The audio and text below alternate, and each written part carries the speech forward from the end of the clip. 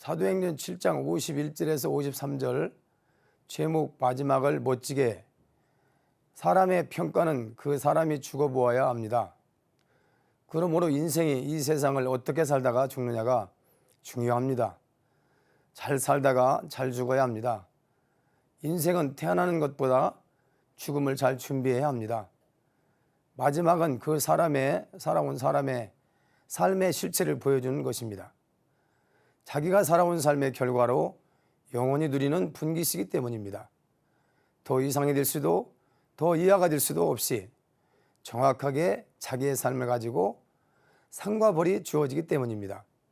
이제 마지막을 멋지게 마감한 사람들을 상고해 봅니다. 스데반 집사의 사도행전 7장 51절 마지막 멋있는 설교가 있습니다.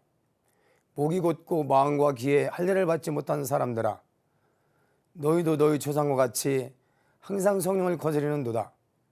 할 말을 하다가 죽는 스데반의 마지막 설교는 멋있습니다. 목사님들은 사람들의 눈치를 보고 설교를 하는 것은 인본주의입니다. 하나님을 좋게 하랴 사람을 좋게 하랴. 스데반은 지도자들을 향하여 거침없이 두려움없이 예치는 집사의 설교는 참으로 멋진 설교입니다. 사람을 의식하면 전할 말을 바로 못 전합니다.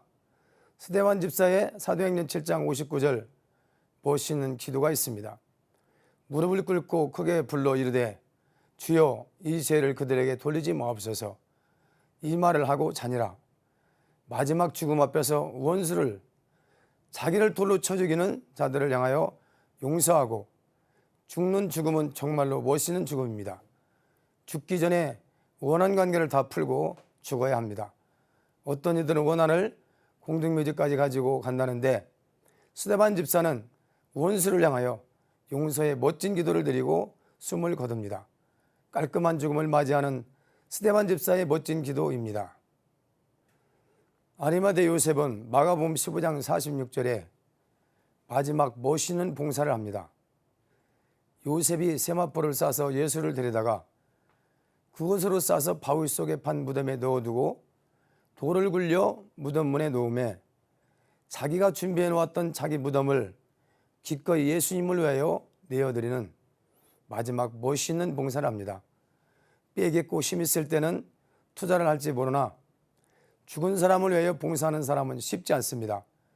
아리마대 요셉은 존경받는 공회원이요 하나님의 나라를 기다리는 자입니다. 이러한 위치에서 이렇게 헌신을 하기는 쉽지 않은데 이렇게 멋진 마지막 봉사를 했습니다.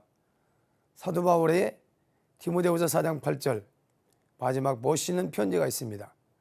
사도 바울은 인생의 전부를 주를 위해서 살아오다가 죽음의 앞전에서 멋있는 편지를 남깁니다. 나의 달려갈 길을 마치고 선한 싸움을 싸우고 믿음을 지켰으니 일생을 복음을 위하여 살고 마지막을 멋지게 고백하며 인생을 마감하는 후회 없는 인생을 살아온 바울은 마지막 멋있는 편지를 남기고 죽습니다. 후회 없이 아쉬움 없이 살아온 인생입니다. 벳세메스에서는 사무엘상 6장 7절에서 14절까지 마지막 멋있는 죽음을 택합니다. 벳세메스로 가는 암소 두 결의는 특히 사명자들에게 교훈을 남깁니다. 하나님의 법궤를 메고 벳세메스로 향합니다. 벳세메스는 번제를 드리는 장소입니다. 말하자면 죽으러 가는 것입니다. 그것도 죽을 것을 알고 가는 것입니다. 소가 도살장으로 끌려갈 때에 죽으러 가는 것을 안답니다. 이것은 장차받을 영광을 위하여 복음 들고 죽음을 앞에 놓고 좌우로 치지 아니하며 곧바로 달려가는 것이 사명자의 길입니다. 사명자는 사명 때문에 살기도 사명 때문에 죽기도 하는 것입니다. 사르밧 과부의 열왕기상 17장 8절에서 16절 마지막 멋있는 헌신이 있습니다. 극심한 3년 6개월의 가뭄 가운데 사르밧 과부는 마지막 한 끼 아들과 함께 먹고 죽을 수밖에 없는 상황입니다. 그런데 어처구니 없이 엘리야라는 선지자가 나타나 작은 떡 한 개를 자기에게 가져오라고 사르밧 과부에게 말합니다. 이러한 상황에서 과연 순종이 될 수 있을까? 자기는 몰라도 모성애는 자기의 생명을 내놓는 것인데 아들을 마지막으로 한 끼 주고 죽어야 하는 상황입니다. 그런데 사르밧 과부는 엘리야에게 흔쾌히 드립니다. 그 후로 사르밧 과부의 가정은 평생토록 기름독에 기름이 떨어지지 않는 축복을 받고 사는 마지막 멋있는 혼신을 했습니다. 마리아의 마태복음 26장 7절 말씀에 마지막 멋있는 섬김이 있습니다. 평생을 사랑하고 아껴오던 옥합을 예수님의 장례를 준비하기 위하여 깨뜨려 드립니다. 그러나 옆에 있던 제자들은 허비한다고 돈 계산을 합니다. 저거 가지고 가난한 사람을 도와주지 하면서 인간적인 생각이 앞섭니다. 그렇습니다. 영적으로는 보지 못하면 허비하는 것으로 보이지만 예수님은 이 여인을 칭찬합니다. 복음이 전해지는 곳마다 이 여인의 사건을 전하라고 마지막 멋있는 섬김으로 쓰임받는 여인입니다. 인생은 시작보다는 끝이 중요합니다. 그것은 그 사람이 살아온 실체가 드러나기 때문입니다. 올 때보다 갈 때가 중요합니다. 부자 청년 이야기입니다. 살 때보다 죽을 때가 중요합니다. 부자 나사로의 얘기입니다. 있을 때보다 떠날 때가 중요합니다. 사도 바울의 이야기입니다. 기다릴 때보다 오셨을 때가 중요합니다. 열 처녀들의 비유를 말합니다. 장사할 때보다 계산할 때가 중요합니다. 이것은 달란트 받은 자를 말하고 있습니다. 살할 때보다 추수할 때가 중요합니다. 이것은 곡식과 가라지를 말합니다. 말씀을 정리합니다.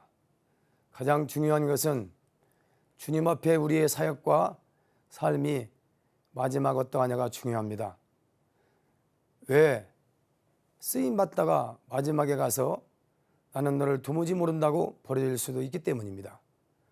마지막을 멋지게 장식하는 여러분들이 되시기를 예수 이름으로 축원을 드립니다. 왜? 마지막이 그 사람의 영원한 소유가 되기 때문입니다. 살아온 삶이 영원한 상급이 되기 때문입니다.